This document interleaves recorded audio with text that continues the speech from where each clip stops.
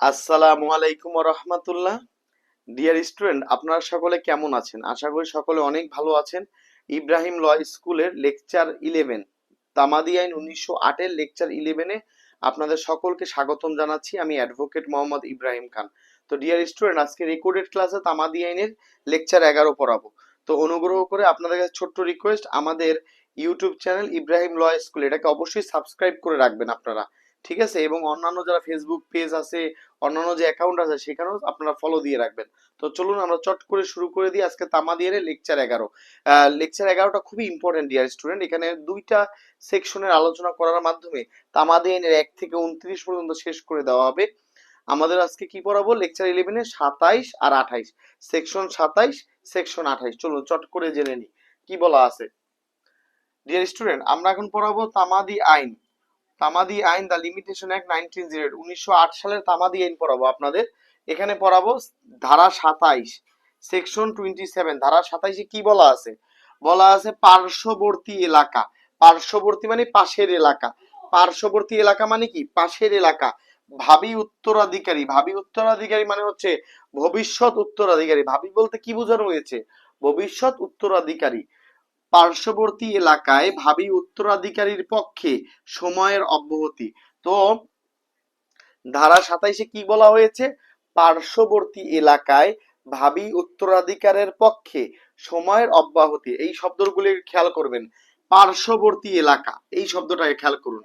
ভাবি উত্তরাধিকারীর পক্ষে সময়ের অব্যাহতি, তিনটা শব্দ মাথায় রাখবেন। তাহলে ধারা 27 বলছে কোন এলাকা? পার্শ্ববর্তী এলাকা। কোন এলাকা? পার্শ্ববর্তী এলাকা। কার পক্ষে? ভাবি উত্তরাধিকারীর পক্ষে। কিসের জন্য চাওয়া? সময়ের অব্যাহতি। পিলির জন্য এখানে একটা কোশ্চেন চলে আসতে পারে যে পার্শ্ববর্তী এলাকায় ভাবি উত্তরাধিকারীর পক্ষে সময়ের অব্যাহতি কত ধারায় আলোচনা করা হয়েছে? ধারা 27। আশা করি বুঝতে পেরেছেন। তো এই ধারার মূল নির্দেশ হচ্ছে 27 ধারায় আপনাকে তিনটি শর্ত পূরণ করতে হবে। 27 ধারায় কয়টা শর্ত পূরণ করতে হবে? তিনটি শর্ত পূরণ করতে হবে। 27 ধারায় কয়টা শর্ত পূরণ করতে হবে? তিনটি শর্ত পূরণ করতে হবে। 27 ধারায় বলা আছে পার্শ্ববর্তী এলাকায় ভাবি উত্তরাধিকারীর পক্ষে সময়ের অব্যাহতি। পার্শ্ববর্তী এলাকায় ভাবি উত্তরাধিকারীর পক্ষে সময়ের অব্যাহতি। ধারা 27-এ এই কথাটা বলা আছে। এই ধারা 27-এ আপনাকে তিনটা শর্ত পূরণ করতে হবে। কয়টা শর্ত? তিনটি শর্ত পূরণ করতে হবে। চলুন আমরা এখন চট করে জেনে নিই কি কি তিনটা শর্ত। প্রথম শর্তটা হচ্ছে ভাবি উত্তরাধিকারীর পক্ষে যদি সময়ের অব্যাহতি চান, অবশ্যই আপনাকে সুখাধিকারটাকে অধিকার হিসাবে নিরবিচ্ছিন্নভাবে 20 বছর ভোগ করতে হবে। এমসিকিউর জন্য 10,000% ইম্পর্টেন্ট এই অংশটা। প্রথম শর্ত, আপনি যদি ভাবি উত্তরাধিকারীর পক্ষে সময়ের অব্যাহতি চান, তাহলে আপনাকে সুখাধিকারকে অধিকার হিসেবে, এই যে ইজমেন্ট শব্দের অর্থ হচ্ছে সুখাধিকার, এজ অফ রাইট মানে অধিকার হিসেবে, সুখাধিকারকে অধিকার হিসেবে নিরবিচ্ছিন্ন ভাবে, নিরবিচ্ছিন্ন মানে টানা, এক টানা, এক টানা 20 বছর ব্যবহার করতে হবে। এটা অবশ্যই বেসরকারি সম্পত্তি। আমরা একবার তামাদি পড়েছিলাম না? সুখাধিকার হলে কয় বছর? 20 বছর।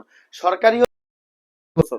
তাহলে আপনি এই লাইনটা খেয়াল করেন, সুখাধিকারকে অধিকার হিসাবে নিরবিচ্ছিন্ন ভাবে, নিরবিচ্ছিন্ন ভাবে টানা, এক টানা, এক টানা নিরবিচ্ছিন্ন ভাবে 20 বছর আপনাকে ভোগ করতে হবে।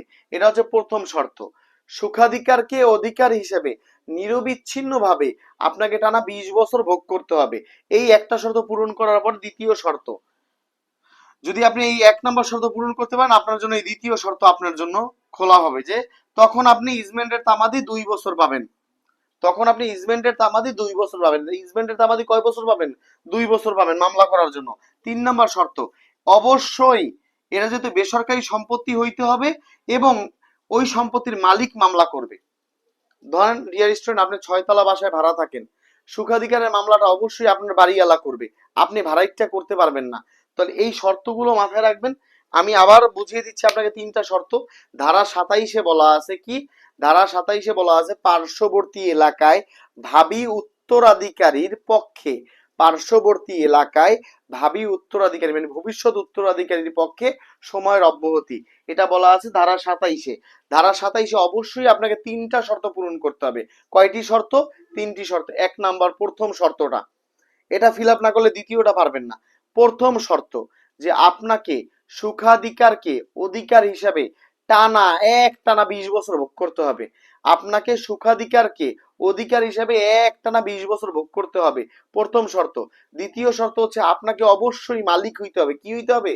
সম্পত্তিটা অবশ্যই বেসরকারি হইতে হবে, খেয়াল করেন, বেসরকারি সম্পত্তি হইতে হবে এবং আপনাকে অবশ্যই মালিক হইতে হবে।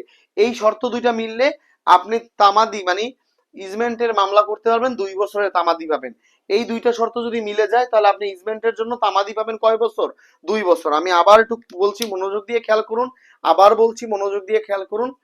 আপনি যদি ধারা 27-এর অধীনে পার্শ্ববর্তী এলাকায় ভাবী উত্তরাধিকারীর পক্ষে সময়ের অব্যাহতি চান, আপনাকে 3টা শর্ত পূরণ করতে হবে। প্রথম শর্ত হচ্ছে আপনাকে নিরবিচ্ছিন্ন, আমি সহজভাবে বলতেছি, সিরিয়ালে বলতেছি, 3টা শর্ত। 1 নাম্বার হচ্ছে আপনাকে সম্পত্তিটা হইতে হবে অবশ্যই বেসরকারি, সম্পত্তিটা হইতে হবে অবশ্যই বেসরকারি এবং আপনাকে ওই বেসরকারি সম্পত্তির মালিক হইতে হবে। সম্পত্তিটা হইতে হবে কি বলেন তো? এই যে বেসরকারি হইতে হবে এবং আপনাকে অবশ্যই সম্পত্তিটার মালিক হইতে হবে, ভাড়াটিয়া হওয়া যাবে না। অর্থাৎ প্রথমে সম্পত্তিটা হইতে হবে অবশ্যই বেসরকারি এবং আপনাকে হইতে হবে মালিক। দ্বিতীয়, আপনাকে ওই সম্পত্তিটা টানা 20 বছর, কয় বছর? টানা 20 বছর সুখাধিকার হিসাবে, সুখাধিকারকে অধিকার হিসেবে ব্যবহার করে টানা 20 বছর নিরবিচ্ছিন্ন একটানা ব্যবহার করতে হবে, একটানা ব্যবহার করতে হবে। এবং 3 নাম্বার হচ্ছে এই দুইটা শর্ত যদি আপনি মিলাইতে পারেন তাহলে আপনি তৃতীয় শর্ত, তখন আদালত আপনাকে তামাদি করার জন্য 2 বছর টাইম দিবে। আদালত আপনাকে তামাদি করার জন্য 2 বছর টাইম দিবে। আশা করি পুরোটা বুঝতে পারছেন। এবার আমি একটা প্রাসঙ্গিক উদাহরণ দিই। কি উদাহরণ বলেন তো? প্রাসঙ্গিক, যেমন আপনি বার কাউন্সিল এবার পিলি পরীক্ষা দিবেন, তাই তো? আপনি বার কাউন্সিল পিলি পরীক্ষা দিবেন, আপনি কি, সাধারণ মানুষ কি বার কাউন্সিলে পিলি পরীক্ষা দিতে পারবে? কখনো পারবে না। বার কাউন্সিল পিলি পরীক্ষা দেওয়ার একটা শর্ত কি? আপনাকে আইন নিয়ে অন্তত পক্ষে 2 বছরের শর্ট কোর্স অথবা 4 বছরের অনার্স লাগবে। অর্থাৎ পরীক্ষা আপনি দেওয়ার আগে 2 বছরের শর্ট কোর্স অথবা 4 বছরের অনার্স লাগবে। এই শর্তটা যদি পূরণ করতে পারেন তাহলে আপনি বার কাউন্সিলে ফর্ম ফিল আপ করতে পারবেন। ঠিক তেমন জিনিসটা, যে আপনি ধারা 27-এ যদি প্রতিকার চান, পার্শ্ববর্তী এলাকায় ভাবী উত্তরাধিকারীর পক্ষে সময়ের অব্যাহতি চান, আপনাকে 3টা শর্ত পূরণ করতে হবে। প্রথম হচ্ছে সম্পত্তিটা হইতে হবে অবশ্যই বেসরকারি। দ্বিতীয় হচ্ছে ওই সম্পত্তির মালিক আপনাকে হইতে হবে, প্রথম শর্ত। দ্বিতীয় শর্ত হচ্ছে সুখাধিকারকে অধিকার হিসেবে আপনাকে টানা 20 বছর ভোগ করতে হবে। পিলির জন্য 10,000% ইম্পর্টেন্ট। এই দুইটা শর্ত যদি আপনি পূরণ করতে পারেন তখন আদালত আপনাকে তামাদি, ইজমেন্টের তামাদি 2 বছর দিবে। এটা 10,000% ইম্পর্টেন্ট। তাহলে ইজমেন্টের তামাদি কয় বছর? 2 বছর। ইজমেন্টের তামাদি কয় বছর? 2 বছর। তো 2 বছরের তামাদি পেতে আপনাকে আরো 2টা শর্ত পূরণ করতে হবে। 1, সম্পত্তিটা বেসরকারি হইতে হবে এবং ওই সম্পত্তির মালিক আপনাকে হইতে হবে। 2, আপনাকে সুখাধিকারকে অধিকার হিসেবে টানা 20 বছর ভোগ করতে হবে। এই দুইটা শর্ত মিলাইলে তখন আপনি ইজমেন্টের জন্য 2 বছরের তামাদি পাবেন। আশা করি পুরোটা বুঝতে পেরেছেন।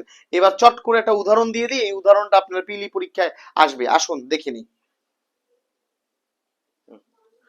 ওকে ডিয়ার স্টুডেন্টস, এই এই উদাহরণটা আপনারা যদি না জানতে পারেন আপনারা কিন্তু পিলি পরীক্ষায় শিওর ধরা খাবেন, রিটেনেও ধরা খাবেন। তো এই উদাহরণটা মনোযোগ দিয়ে খেয়াল করেন। এই উদাহরণটা হচ্ছে ধারা 27-এর প্রাণ। ধারা 27-এর কি প্রাণ? এখানে বলা ছিল ওই 27 দ্বারা আমরা একটু আগে কি পড়তেছিলাম? 27 দ্বারা শর্ত সমূহ। প্রথম শর্ত হচ্ছে সম্পত্তিটা অবশ্যই বেসরকারি সম্পত্তি হইতে হবে এবং ওই সম্পত্তির মালিক আপনাকে হইতে হবে। মানে দেখেন, সুখাধিকার তামাদি 2 বছর, 2 বছরের তামাদি আপনি সাথে সাথে পাবেন না। এটা পাইতে হলে কিছু শর্ত, আগে শর্ত পূরণ করতে হবে।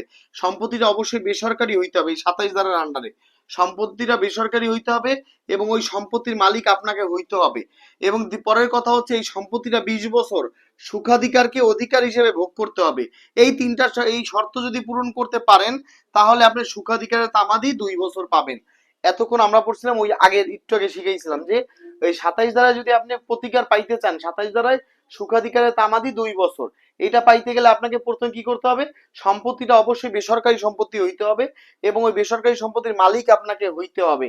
এরপর হচ্ছে কি, শুধু বেসরকারি সম্পত্তি হইতে হবে এবং ওই সম্পত্তির বাড়িওয়ালা মালিক আপনাকে হইতে হবে এবং ওই সম্পত্তিটাকে সুখাধিকারকে অধিকার হিসেবে 20 বছর ব্যবহার করতে হবে, 20 বছর ব্যবহার করতে হবে।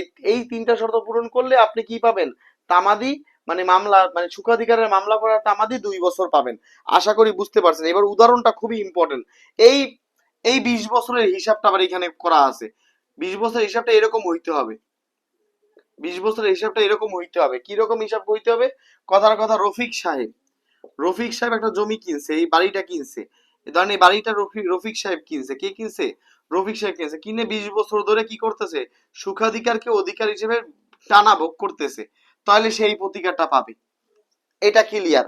তবে এইটা পাবে না, তবে এইটা পাবে না। খেয়াল করে দেখেন, একজন হিন্দু মহিলা, নাম হচ্ছে রাখি। এটা খেয়াল করেন, এটা খেয়াল করেন, এইটা খেয়াল করেন, এটা পরীক্ষার জন্য ইম্পর্টেন্ট। একটা হিন্দু মহিলা, নাম হচ্ছে রাখি। রাখি, রাখি নামে একটা হিন্দু মহিলা, উনি হিন্দু ধর্মের একটা মহিলা, একটা হিন্দু মহিলা। হিন্দু মহিলা উনি কি করছে দেখেন, ওই হিন্দু মহিলা করছে কি, উনি এই সম্পত্তিটা ছিল তার, এই সম্পত্তি সে 12 বছর ভোগ করছে। কয় বছর বলেন তো? 12 বছর। 12 বছর সে ভোগ করছে। এই কথাটা মাথায় রাখেন, রাখি নামের এই হিন্দু মহিলা এই সম্পত্তি বাড়িওয়ালা ছিল, সে এটা 12 বছর ভোগ করছে। ভোগ করার পরে এই জমিটা সে কার কাছে বিক্রি করছে? রফিকের কাছে বিক্রি করছে। রফিকের কাছে এই জমিটা বিক্রি করছে। রফিকের কাছে বিক্রি করার পরে রফিক কি করছে? 8 বছর এই জমিটা কি করছে? বসবাস করতেছে 8 বছর। তাহলে খেয়াল করেন, আগের 12 আর এখন 8-এ কত হয়েছে বলেন? তাহলে 20 বছর হয়েছে। এখন রফিকের সামনে রফিকের শর্ত পূরণ হয়ে গেছে কি? Private property. রফিক হচ্ছে প্রাইভেট প্রপার্টি তার, সে এটার মালিক।